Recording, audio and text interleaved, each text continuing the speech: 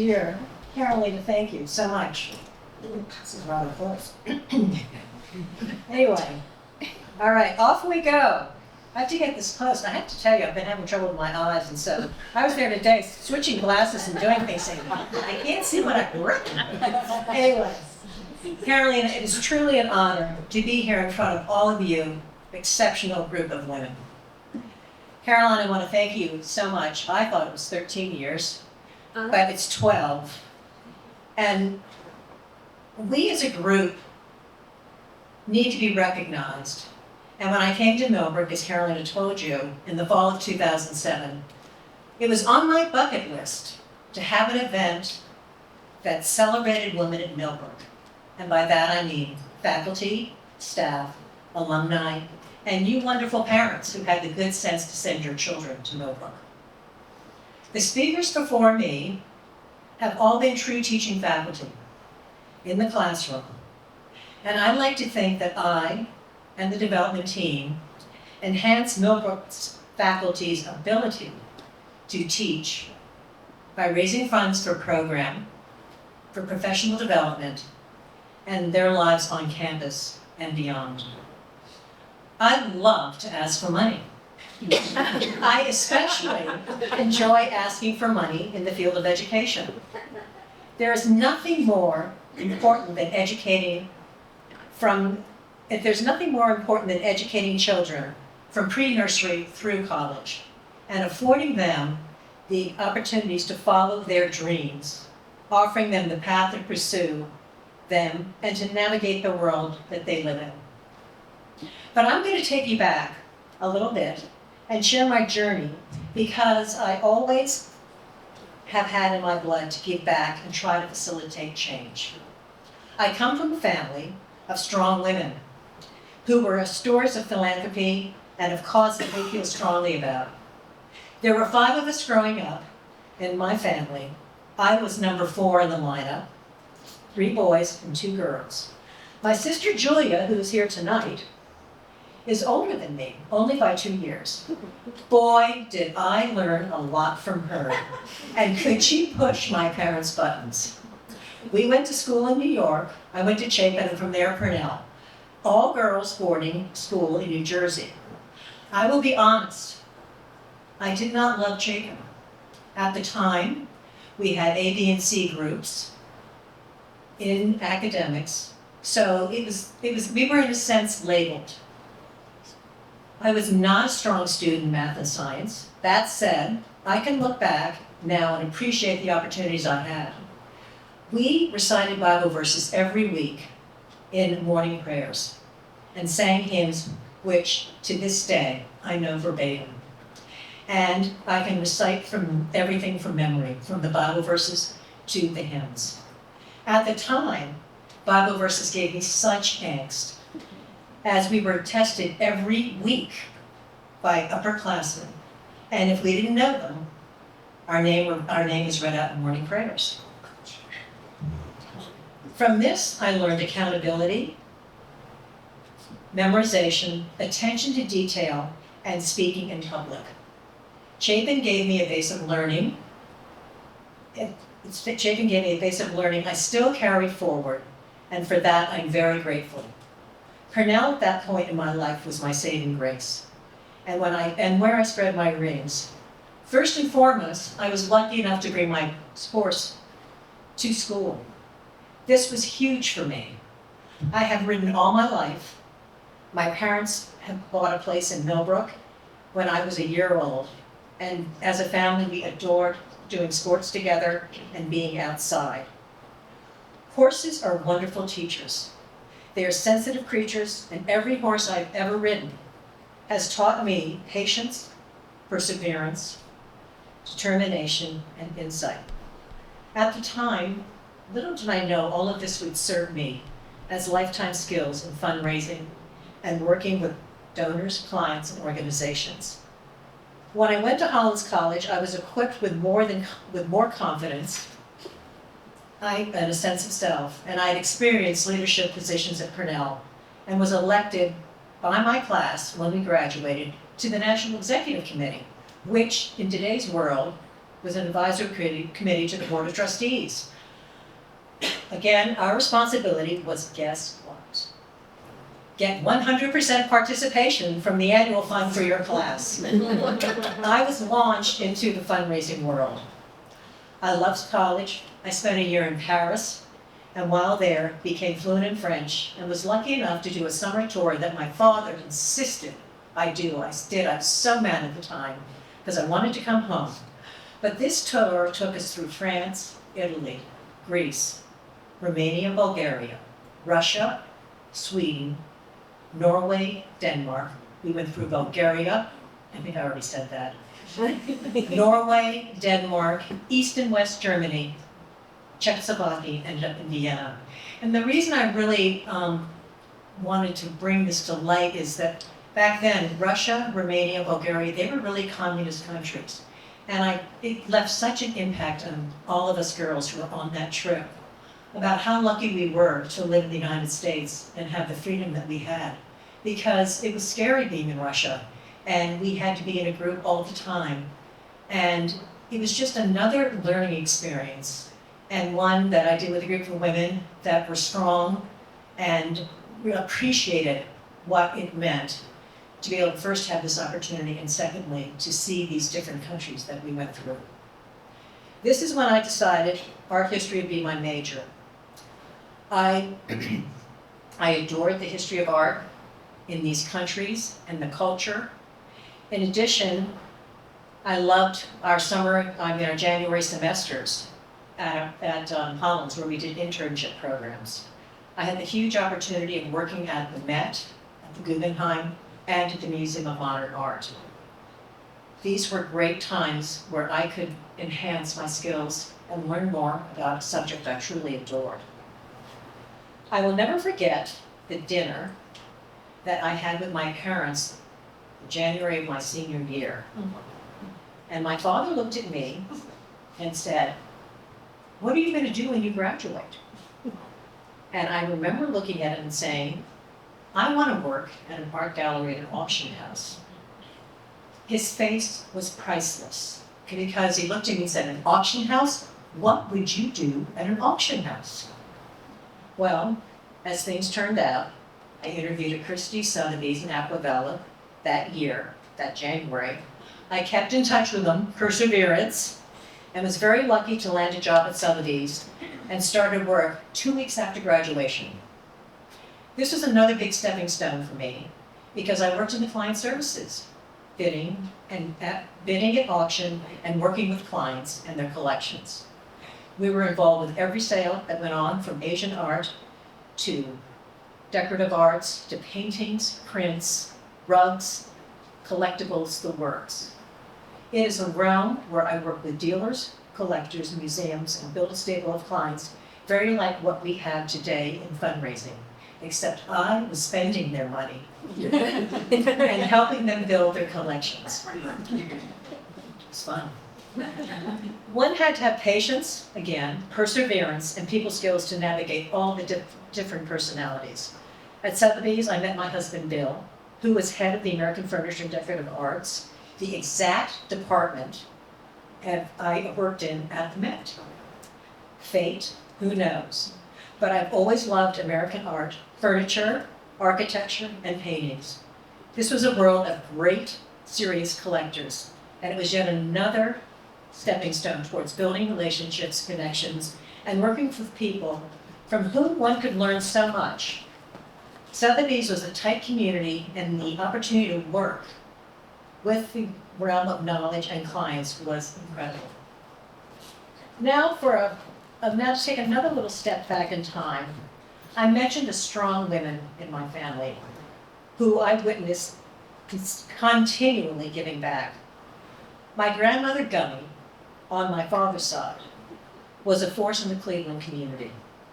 She believed nursing and healthcare should be available to everybody, and was part of the Visiting Nurses Association and the Frontier Nursing Service in Kentucky, which offered health care and midwifery services to those in need.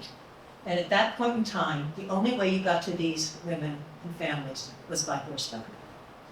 She raised money for the Western Reserve University, and was recognized in the political arena as a delegate to the National Convention. She believed, quote, politics was just good housekeeping in the community. There's that word community again.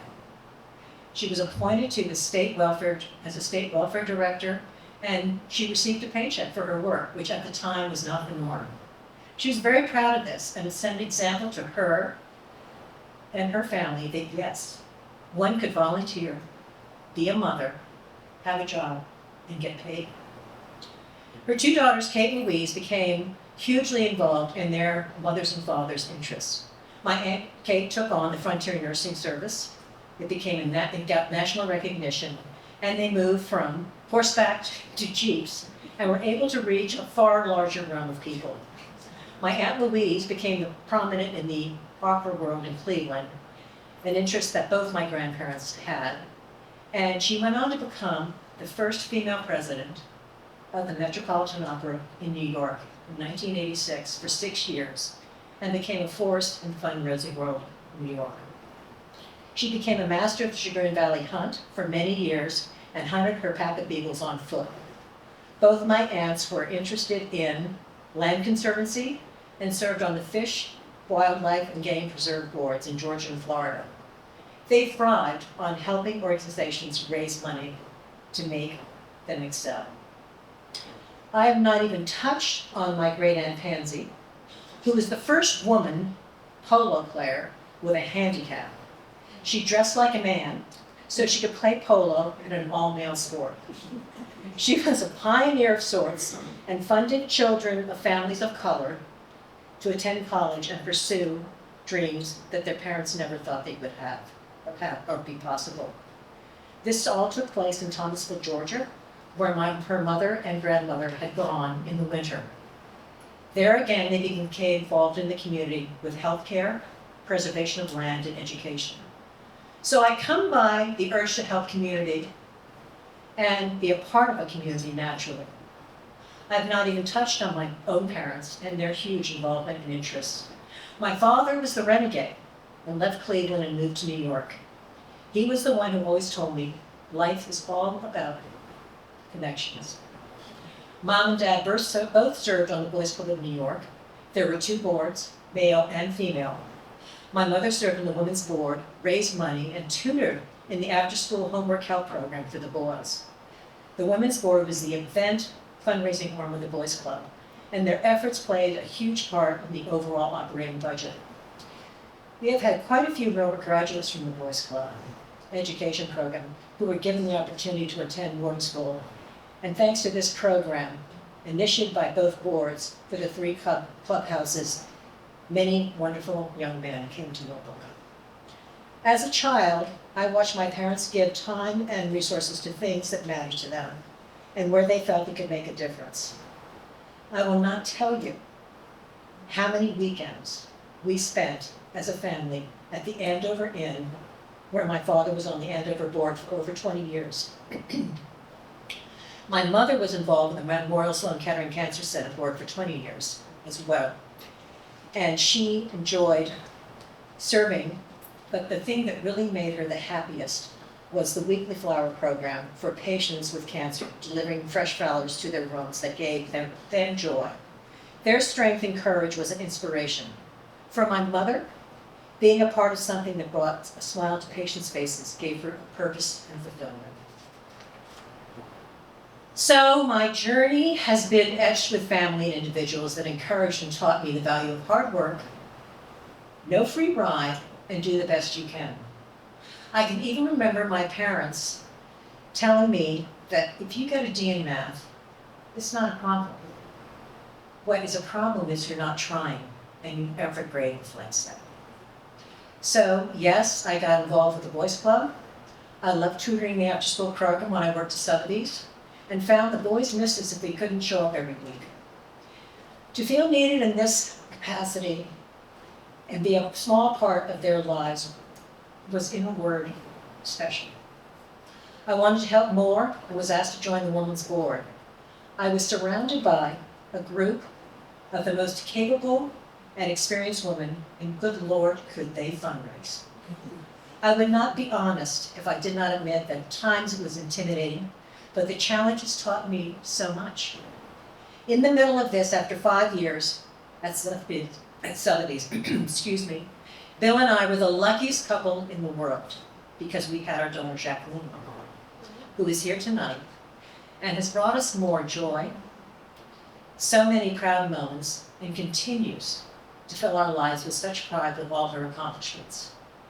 She is a remarkable woman and mother to Will and Greg, my adorable grandsons, and she, like my Aunt Louise, my mother and me, is an avid fox hunter and became one of the joint masters of the Millbrook Hunt in December. Land preservation and conservation are at the heart of this incredible school. We moved out of Millbrook when Jacqueline started kindergarten, the best thing we ever did. I loved being in the country, and we loved it as a family. And I took on volunteer work at Duchess Day, and then on the board at Purnell. I fundraised, fox hunted, and we found a rhythm and balance not living in the city. I was lucky in that Jacqueline and Bill really supported my need to take on projects and be a part of the community, especially in education. I joined the board of Duchess Day. I became board chair at Purnell, and then at the same time took on Duchess Day, which had had 5 heads of school within 12 years. And in this time frame, I also got sober. I went to rehab and never looked back. I am grateful every day for my sobriety. I never take it for granted. And it too has played a large part in my life of helping people, understanding families, and yes, that addiction is a disease. Being a board chair forces you to ask for help. And many times I thought, I can handle this. I found asking for help and delegating was as important a part of my recovery and growth as it could be. When I stepped down from Purnell and Duchess Day, I was the chair of Freedom Institute, a wonderful organization in New York that dealt with alcohol and drug abuse. Founded by an exceptional woman, Mona Stahl, she was the instigator of the family intervention process. And she truly changed lives and families' lives. Mona's 2 grandchildren, Mansell, 14, class of 14, and Lydia Ambrose, class of 17, are Millbrook graduates. Mona was a pivotal person in my life. She was the person I called when I knew I needed help, and I will never forget her words to me. I knew you would get there. I just knew you had to do it in your own time.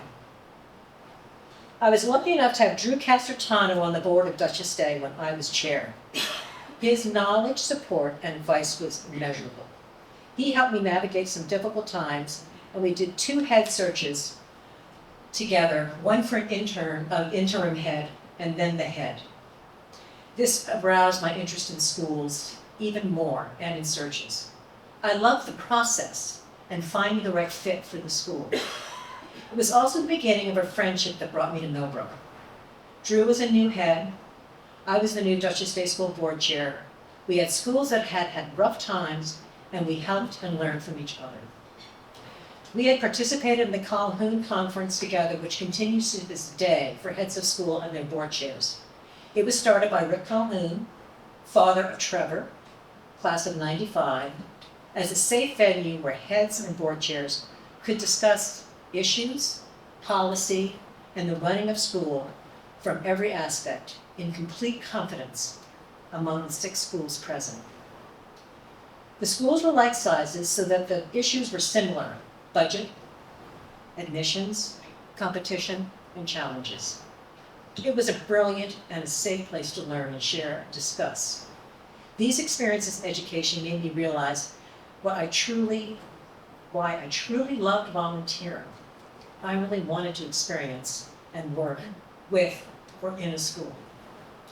My first thought was doing searches part-time. That proved to be difficult, and I couldn't find the right fit. In September of 2007, at a party, yes, at a party, Drew and Bob Anthony cornered me and asked me if I would consider working as a major kids officer at public school, part-time. I was flabbergasted and thrilled. I remember saying, I'm the Joint Master of Hunt. I thought 3 days a week. I volunteer things. I've got commitments, blah, blah, blah. Before I knew it, I was meeting the administrative team and the development team. And in November 2007, as Carolyn has told you all, I began at Millbrook School part-time as their major gifts officer. I've never looked back. My husband says I'm addicted. And I have loved and continue to love every minute. Small schools, small organizations, where one can really make a difference have always been my gift. I appreciate people, and I'm a people person. I love relationships, and Millbrook has provided that in endless ways. Drew was no fool because he knew my community involvement would bring new dollars in and expose the school to more individuals. Again, he used to say the hunt field was my golf course.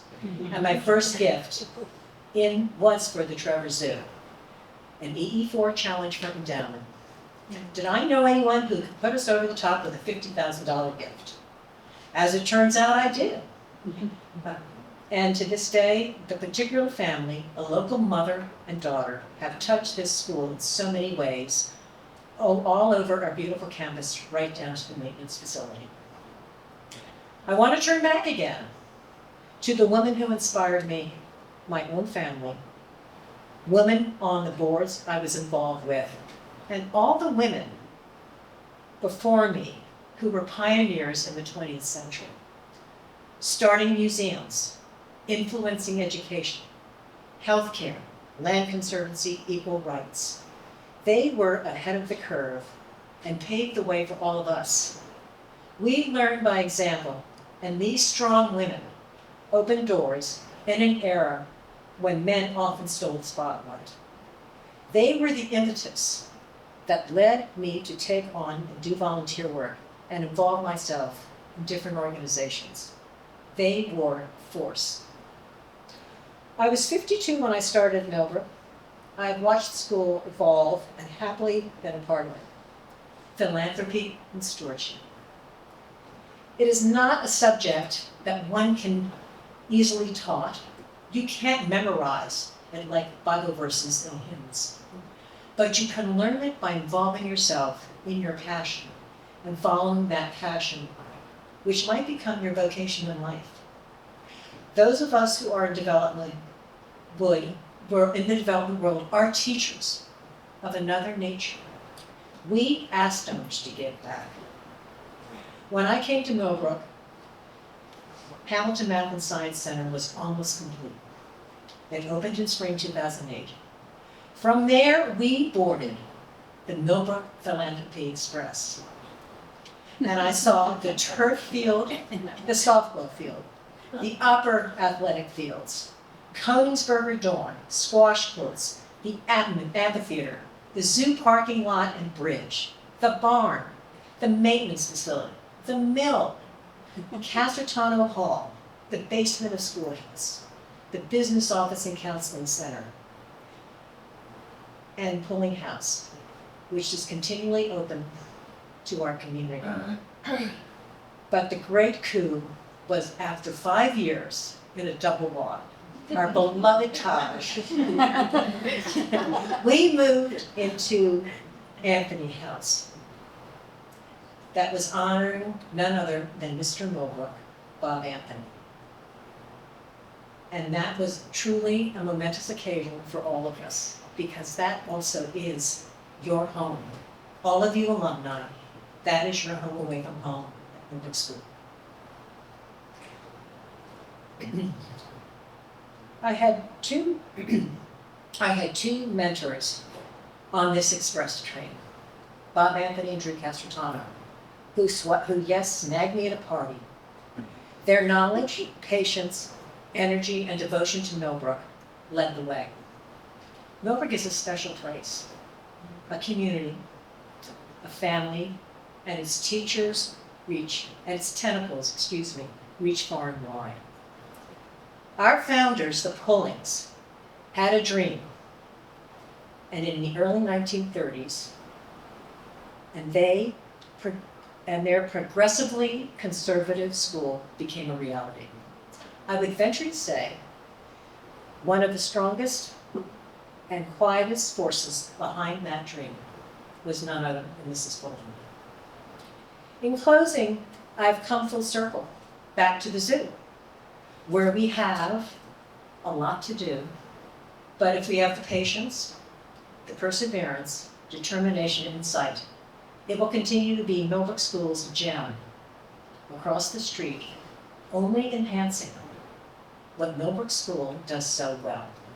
Not cities secundus, not for oneself, but for all, leaving it better than we found it, and teaching our students to become stewards of the natural world well into and beyond the 20th century. Thank you.